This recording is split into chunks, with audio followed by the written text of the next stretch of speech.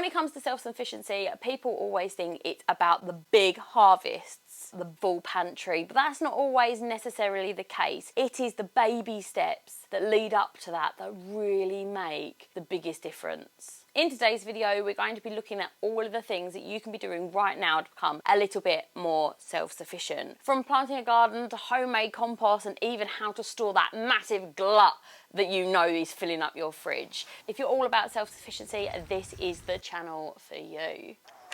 There are several different things you can do to become more self-sufficient with really little effort. One of the most fundamental things for us is starting a garden. This has been the biggest impact that I've made to becoming more self-sufficient. Now, don't get me wrong, I didn't start off with 2 allotments. I started off in a flat, and then I moved out into my balcony, got a very small garden when we moved house, and then we have our large raised beds. But it was like little baby steps, and that was fundamental to not being overwhelmed when I was gardening. Gardening can be really overwhelming. I'm definitely feeling it right now with all the weeds that I'm so good at growing. But if you start small and take baby steps, it is absolutely so much easier to get started, especially when it comes to gluts, and we're going to talk about that a little while later in the video. So if you're feeling completely overwhelmed with how much harvest you're getting right now, then that's absolutely fine, because we're going to go through all of the strategies to do with that a little bit later. Gardening is good for your bottom line, especially as groceries are getting more and more expensive. I was in the supermarket the other day and I called my mum and was like, are you joking about these prices? Such a shock to see how much things are. They feel like they're going up every single time I go. Great thing to do if you're starting out is raised beds and container gardening. Container gardening is super easy to get into. You can even get really cheap secondhand containers, are super easy, or make your own. And it's one of the things that really helped me when I first started out. Even container gardening can save you buckets of money and make you a little bit more self-sufficient, focusing on high value crops like things like salads and tomatoes.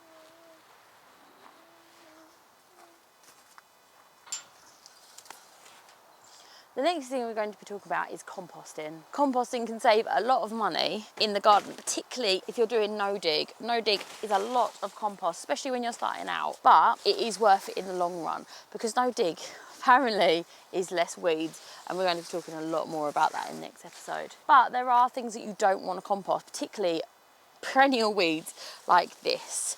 I do not put them in this compost, but I put them in my big bulk compost because that gets a lot hotter. If you're lazy like me, I'm such a lazy composter, and because I'm such a lazy composter, I don't turn my compost. If you turn your compost, you can get compost between 2 and 3 months. Well worth doing, but it's back-breaking. So I leave mine for well over a year without turning it. You'll get beautiful compost. I've done this a few times and it's worked perfectly. If you're not as patient as I am, then turning it is a great idea. Now there's like several ways that you can get into composting. You can have a compost heap, which I had over there before we turned it over, and you can have these really cheap composters. I actually got this for completely for free. Someone had it up on Facebook Marketplace, and you just top it up with greens and browns. Greens are your leaves that are alive. Browns are things like paper, dried leaves, etc. And the second way is by making a compost system using pallets. As you know, I like to make things as cheap as possible. I think that gardening should be accessible for all people. So either way is super good, but free is always better. Weeds are mental this time of year. This is a good example of your brown. So dried paper or dried cardboard, which is wet. You know what I mean. Now you can put pretty much anything into your compost, but what I avoid is meat, dairy, pastries or anything like that, because you attract rats and can be really prevalent down the allotment. I mean, you're growing them a year's worth of food. Magic Mind is a little boost shot that gives you lots of energy, and it really helps to sharpen your mind. If you want to support our channel and are interested in Magic Mind, then there's a link and a discount code below. Check it out. Thank you Magic Mind for sponsoring this video. The next way we're going to talk about becoming a little bit more self-sufficient really maximises your overall yield, and that's making homemade fertilizer, which sounds way more complicated than it is. Basically, if you're good at growing weeds like me, then you're good at growing fertilizer. Things like stinging nettles and bindweed become very valuable in the garden if you just submerge them into water. So this vat of absolute putrid smelly stuff is absolutely epic fertilizer, and we dilute it 10:1 and use it on any of our leafy crops. And we just make it by simply dumping in our perennial weeds like this bindweed. Go in. And it just catches rainwater, tops up.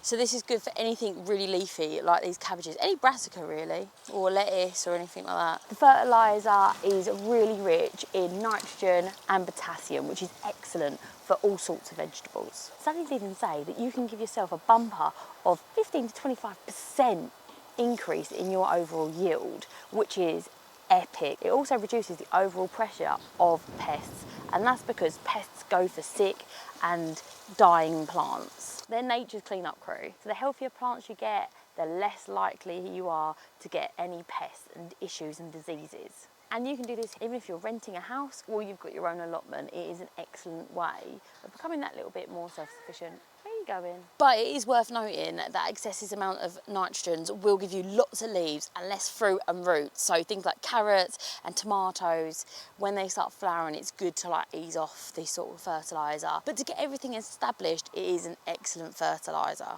Using homemade fertiliser really does boost your overall health of your soil instead of using something like commercial fertiliser that really damages the microbiome of your soil. You're using something that boosts and improves your structure of your soil and what lives in it. And that's because it's full of bacteria from them weeds fermenting over time. And the next thing is honestly the thing that got me closest to self-sufficiency, and I have a whole video about it here, and I'll see you there.